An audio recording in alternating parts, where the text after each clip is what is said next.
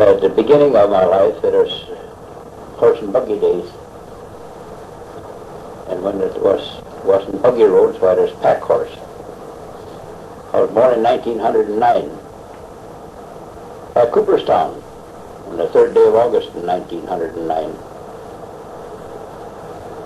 Dad worked as a clerk at the grocery store, the grocery department of Severson store. I was baptized the October 3rd, 1909 at Ringsoccer Lutheran Church. That's in Roundness Township. In 1910, my dad was promoted to manager of the grocery department at Severson store. Then in 1911, my dad bought a quarter of land out in Roundness Township, Roundness Township. In the fall. It was named Stony because there were so many rocks on it. It is the southeast 1/4 of Section 4, 14758 in Roundness Township, Briggs County. But in 1912 we moved from Cooperstown to Stony in the spring, and we lived in a granary until my dad finished the house. The house was a small 2-room enclosure that had an upstairs in it. And I can remember eating meals and sleeping in this granary because it wasn't finished on the inside. So something like eating in a cook car or in a cabin down by the lake that hadn't been improved upon. Anyhow, it took a long time it took practically all summer to get this house built, because my dad had to put in the crop and dig rocks and what have you. But it took quite a while to get this house built. 1913, around the 1st of July, my dad bought a nice team of horses. Their names were John and Jingle. I probably will make an album of pictures to show the pictures of them and of other events that took place during my lifetime. And I can remember going to my grandpa's funeral, Grandpa Scramsted. He died September 5th, 1913. 1914, I got a lamb from Carview in the spring. And I got a picture of him in my album. He had a big grease spot on his back. I don't remember whether we butchered him or if we sold him or what happened, but anyhow, I had him throughout the summer. And I do remember him getting slightly ugly. So he'd hit me, knock me down. I just wonder if that isn't why the folks got rid of him. And then in that summer, I Borgle Bew and Johnny Bew, and I made mud pies back of Bew's toilet with black dirt and fresh eggs out of the hen house. We'd go in the horse barn and pick up a feed measure and go in the chicken coop and pick eggs. So we had fresh eggs to mix the dirt with. Those feed measures were a 4-quart measure. We give that to the horses 3 times a day when they worked them. So we experienced some real cooking out in the back of Carview's toilet. Then in 1915, we were pretty well settled in the house. My mother was a pretty good dressmaker, and she was going to make a dress for my aunt, I guess.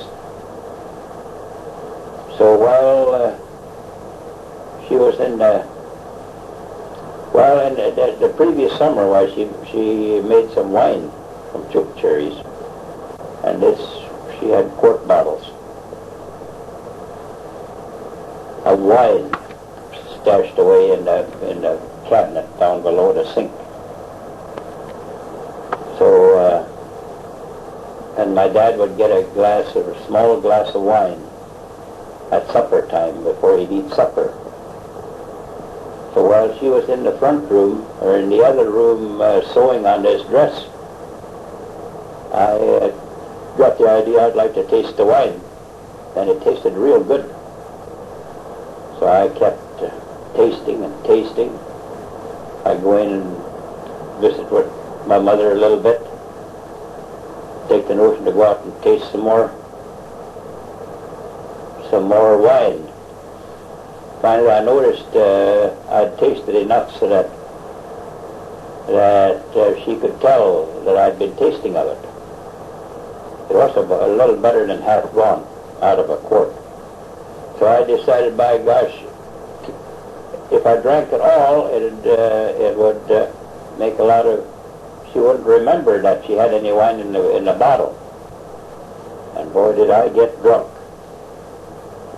I was drunk for 2-3 days, a week, I guess. So it was kind of since that time I haven't cared too much for wine either.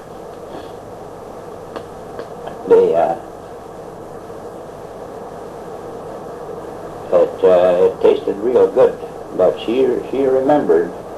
So when I got so I couldn't walk around the house anymore, she went and checked on the wine bottle, and she found that it was empty. In 1915, I can remember attending my grandmother Anderson's funeral, October 29th of 1915. Then in the spring, I attended school. We only had 7 months of school in those days. The neighbor kids come along and took me along to school then in the spring before school was out. So I got a chance to get a little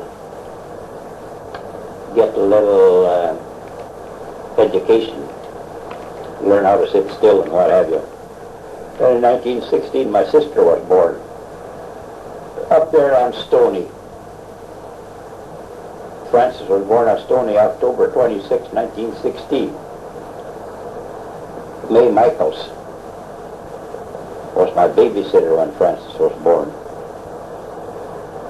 And I thought she was such a nice lady.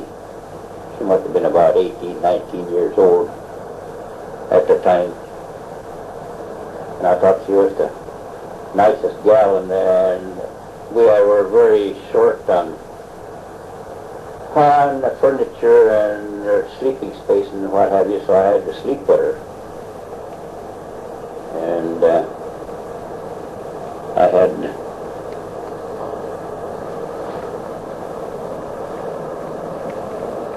I remember it so well that I laid on the edge of the bed. I was scared to even lay in the bed properly because I didn't want to get anywhere near her. So May and I went down to Minneapolis a couple of years ago, and we decided to go through the town where she'd moved from North Dakota down to Minnesota. We went through the town and we were going to see her. I remember I told May about it, that I was laying on the edge of the bed, and I was wondering with her whether I should mention it or not. And well, we hadn't talked over 10-15 minutes until she asked me if I remembered sleeping with her. And that is, we caught her just at the time that her husband was dying at Brainerd, Minnesota. We visited in the lobby of the hospital there for half an hour or 45 minutes, and we went on into Minneapolis, and 4 hours later her husband was dead. And I started school in 1916. I can remember attending my grandpa's Anderson's funeral the 3rd of June in 1916. We go back to about 1915. I can remember when we